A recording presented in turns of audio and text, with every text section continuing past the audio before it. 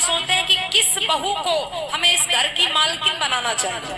दादाजी ने क्या किया, चारों बहुओं को पास में बुला लिया और कुछ गेहूं के दाने ले लिए मुट्ठी में और चारों बहुओं के हाथों में 4-4 दाने रख दिए। चारों बहुओं को 4-4 दाने दे दिए और बोले कि देखो अब हम जा रहे हैं तीर्थ यात्रा पे, और जब हम आएंगे आज से 5 साल के बाद ही लौट के आएंगे। अगर जीवित रहे तो 5 साल के बाद आ जाएंगे, अगर नहीं जीवित रहे तो कोई बात ही नहीं, लेकिन अगर जीवित रहे तो हम 5 साल के बाद वापस लौट करके आएंगे। लेकिन अपनी बहुओं से बता दिया कि देखो ये जो गेहूं के 4 दाने हम तुमको दे के जा रहे हैं, ये जब हम लौट के आएंगे तो हमको ये दाने चाहिए, हमको ये दाने ऐसे ही चाहिए। तो ऐसा कह करके वो दादाजी ने अपनी पूरी तैयारी कर ली और घर से निकल गए। अब जो बड़ी वाली बहू थी उसने सोचा कि बुढ़ऊ तो सठिया गए, ये कब्र में पैर लटकाए इतने मतलब बुढ़े बुजुर्ग हैं और बता रहे हम 5 साल के बाद लौट के आएंगे, तब ये हम 4 गेहूं के दाने वापस लेंगे। अब ये 4 गेहूं के दाने हम कहाँ संभाल के रखें। बड़ी वाली बहू जो थी वो नाराज हो गई और उसने कहा कि वो गेहूं के दाने फेंक दिया, वो गेहूं के दाने उसने फेंक दिया।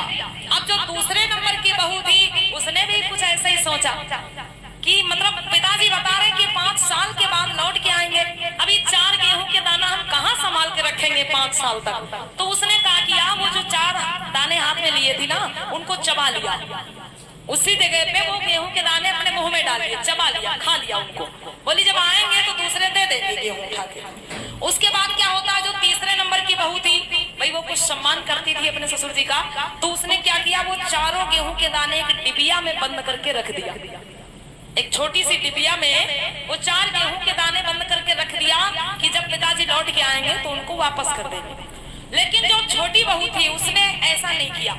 छोटी बहू वो चारों गेहूं के दाने उठाती है और आंगन में एक कोने में जाके थोड़ी सी मिट्टी हटा के वहीं पे वो गेहूं बो दिया।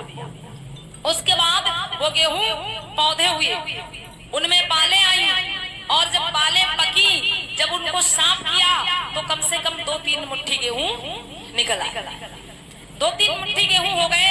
उसके बाद में द्वारे पे, पहले आंगन में बोया, फिर द्वारे पे थोड़ी सी मिट्टी हटा के और एक कोने में द्वारे पर गेहूं बो दिया। फिर वो पौधे हुए, बालें आई, पके, उनको जब साफ करके गेहूं निकाला तो उसमें करीब आधा किलो गेहूं निकल आया। उसके बाद क्या किया, जब फिर अगले साल गेहूं बोने का समय आया तो खेत में जाकर के एक कोने में, खेत के एक कोने में वो गेहूं बो दिया। उसके बाद वो भी जब गेहूं काटे गए तो उनमें और ज्यादा 2-3 किलो गेहूं हो गए। उसके बाद क्या हुआ, ज्यादा जगह में बो दिया। जब वो गेहूं कटे तो वो और ज्यादा जगह में बो दिया। मतलब 5 साल में 4 दाने से उसने लगभग 10-12 बोरी गेहूं इकट्ठा कर लिया। पहले मतलब आंगन में एक कोने में बोया, फिर द्वारे पर एक कोने में बोया, और ज्यादा हो गए तो खेत के एक कोने में बोया, और ज्यादा हो गए तो और ज्यादा जगह में बोया। वो 4 दानों से उसने 5 सालों में लगभग 10-12 बोरी गेहूं इकट्ठा कर लिया और एक कमरे में लगा दिया। उधर 5 साल भी पूरे हो गए और दादाजी वापस आ गए। अब दादाजी जब वापस आए और जैसे ही घर में कदम रखा तुरंत अपनी बहुओं को बुलाया और वही 4 गेहूं के दाने वापस मांगे। अब बड़ी बहू कहने लगी पिताजी अरे हमने तो वो गेहूं के दाने फेंक दिया था। जो दूसरे नंबर की बहू थी बोली पिताजी अरे वो कहाँ संभाल के रखते, वो तो हम उसी समय चबा गए थे, खा गए थे। तीसरी बहू कहने लगी अरे पिताजी हमने वो संभाल के रखा है गेहूं के दाने, और जो वो डिबिया में बंद करके रखी थी ना वो दौड़ के गई, डिबिया लेके आई और वो 4 दाने दे दिया। उसके बाद जो छोटी वाली बहू थी वो पिताजी को साथ में ले गई। जिस कमरे में वो बोरी में गेहूं इकट्ठा रखे थे तो उस कमरे में पिताजी को ले गई और बोली पिताजी देखो ये 5 साल में 4 दानों से हमने इतनी राशि तैयार की है, इतनी राशि बना ली है, इतने गेहूं तैयार कर लिए हैं। तो पिताजी ने पूछा कैसे, तो बहू ने बताया कि पहले आंगन में एक कोने में बोया, फिर द्वार पर एक कोने में बोया, फिर खेत के कोने में बोया, और फिर धीरे धीरे जितने ज्यादा गेहूं होते गए उतनी जगह में बोते गए और 5 साल में इतने गेहूं इकट्ठा हो गए। अब वो पिताजी को समझ आ गया कि यही वो बहू है जो परिवार को जोड़ के रख सकती है और अच्छे ढंग से चला सकती है, और उसको फिर पूरे परिवार की बागडोर दे दी। लेकिन मेरी अम्मा बहनों इस कहानी से आप लोगों को क्या सीख लेनी है, गेहूं नहीं बोना है आपको कि आज से अपने कोने में जाके बोने लगो।